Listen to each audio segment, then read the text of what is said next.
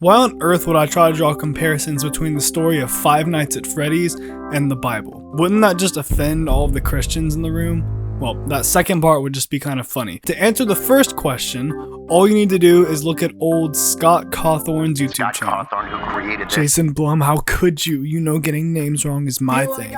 But yeah, Scott Cawthon is one of those Christians. I thought this would be an interesting video because I am one of them. And because no one else has made a video on this topic. Not even one. That was a Bible reference. I'm going to be fully honest with you. It doesn't look like Scott put a bunch of intentional biblical parallels in this franchise. There are obviously supernatural elements all over the place, and there was that one time William Afton sort of went to hell, but then it just ended up being a really long nightmare. I personally believe all stories will have some kind of biblical parallel because naturally we tend to tell stories that mirror the Bible, because it's just the story of mankind. But I think it's possible Scott's beliefs could have at least subconsciously influenced the story in some small way.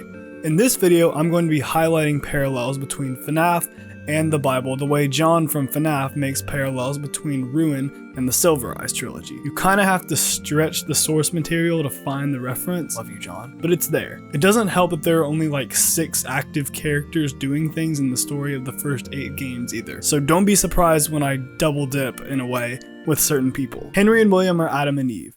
No, it's not because I ship them, let me explain. First of all, they set the story in motion by founding the first animatronic locations, just as Adam and Eve set the story in motion by committing the first sin in the Bible. That isn't where the similarities end though. Adam and Eve's story really starts when Eve is tempted by the devil to disobey God by eating of the forbidden fruit. He awoke her pride by telling her the fruit would make her like God if she just took a bite.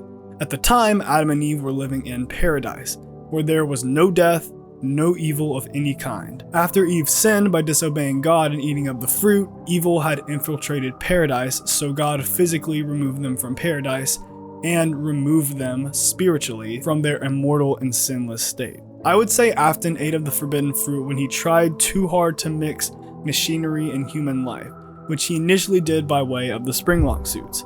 I'm going to assume that William designed the springlock suits, or at least encouraged Henry to buy the idea of creating them. Creating them wasn't inherently evil, just like eating a piece of fruit isn't inherently evil, but he let people wear these suits when he knew they weren't safe. Whether it was hubris or pure disregard for common human decency, he risked the lives of others for his own gain. Just as Eve encouraged Adam to eat the fruit, he probably convinced Henry that there was no real chance his suits would go off and be dangerous. Of course, this backfired on him first, when his youngest son tragically died in an accident involving the suit, which led to him taking revenge on Henry by taking the life of his daughter, and so on.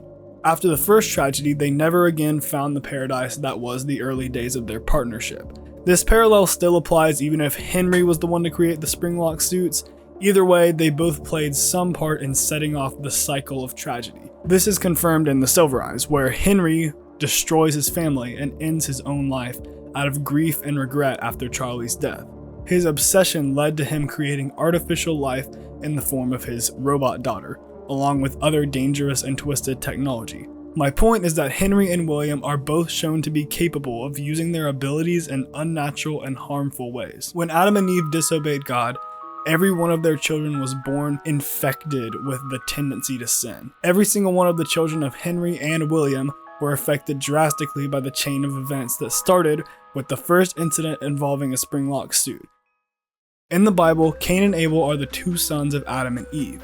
Both go up to offer sacrifices to God, and God shows favor to Abel in his sacrifice, and doesn't favor Cain's.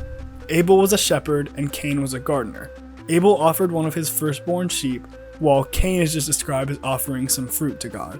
Cain was ashamed and indignant when his offering was not accepted as much as Abel's was.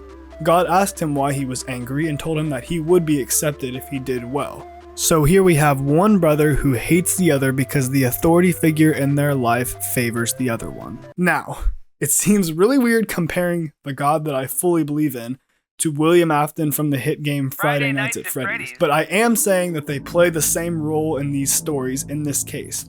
Granted, William was probably showing favoritism for the younger son for some reason or other, while God was rewarding one brother the one who sacrificed more freely and selflessly to him. This was before William was a full-on psychopath, so it's possible that he showed favor to Crying Child because he was just a nicer kid to everyone than Michael. That feels like the most natural explanation for the flat-out bullying we see happen on the poor guy's birthday at Freddy's, which leads to the death of Michael's younger brother in what was clearly an accident. In the Bible, Cain's jealousy and bitterness grew until he took the life of his brother. This is the first loss of life and the first murder in the Bible, just as the Bite of 83 is the first definitive death in the FNAF narrative. Just because Michael didn't mean to hurt his younger brother doesn't mean he isn't responsible for what happened. In the Bible, God reacts to Cain's crime by saying, "What have you done? The voice of your brother's blood is crying to me from the ground, and now you are cursed from the ground, which has opened its mouth to receive your brother's blood from your hand." First of all, I want to point out the funny irony of the verse saying that the ground opened its mouth to receive his brother's blood. God says that Cain is cursed from the ground that took his brother's blood, in the same way that Michael's recklessness led to William's insanity, follow me here, which turned Michael's resemblance to William into a curse. They didn't recognize me at first, but then they thought I was you. Cain says, "My punishment is more than I can bear. Today you are driving me from the land, and I will be hidden from your presence. I will be a restless wonder on the earth, and whoever finds me will kill me." Michael does end up becoming a restless wanderer for the rest of his life, since he gets security guard jobs at Circus Baby's Entertainment and Rentals, multiple Freddy's Pizzas, Fazbear Frights, and the final Pizzeria Simulator location, looking for his father. This isn't a parallel I was originally planning on adding, but I wanted to go ahead and add this in, because a lot of people seemed interested in this video as I was making it. What Afton does to the kids in the lore is kind of like a reverse baptism in a way. The symbolism of baptism in the Bible is that your old self is being buried, your old self dies, and you become a new creature that is more spiritual minded. You're going to live in a more spiritual way. And that is not too unlike what happens with the kids when they possess the animatronics, because their physical self, their earthly self, dies and then they become a spiritual being. But of course, the outcome is kind of the opposite. When you're baptized into Christ, your sinful self is what dies. The restriction of a life lived in the chains of sin is what is done away with. But it seems more like the kids, instead of a restriction being taken away, a restriction is added. We can see in the FNAF movie, everyone except the Golden Freddy kid, the other kids, their faces are blurring in and out of existence, which I think is meant to show that they have less of an identity. And in Ultimate Custom Night, the puppet says, "The others are like animals, but I am very aware."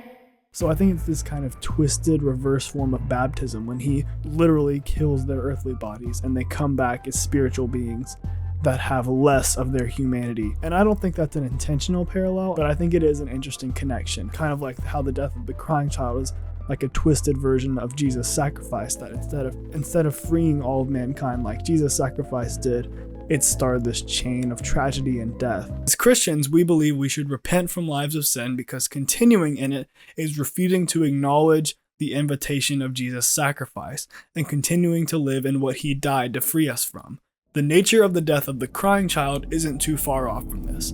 Michael and his friends lift him up into Fredbear's jaws when he did nothing wrong. He was scoffed at in his final moments. The outcome of the incident was, of course, a lot less positive, but it was what caused Michael to completely turn his life around. It showed Henry and William the flaws in their technology, their sin, which should never have been strong enough to do the damage it did to the child. William reacted to the death of his son by leaning even farther into developing harmful devices, refusing to repent, and it only led to the destruction of himself and the rest of his family. The next parallel is the only one that I believe might be actually intentional from Scott.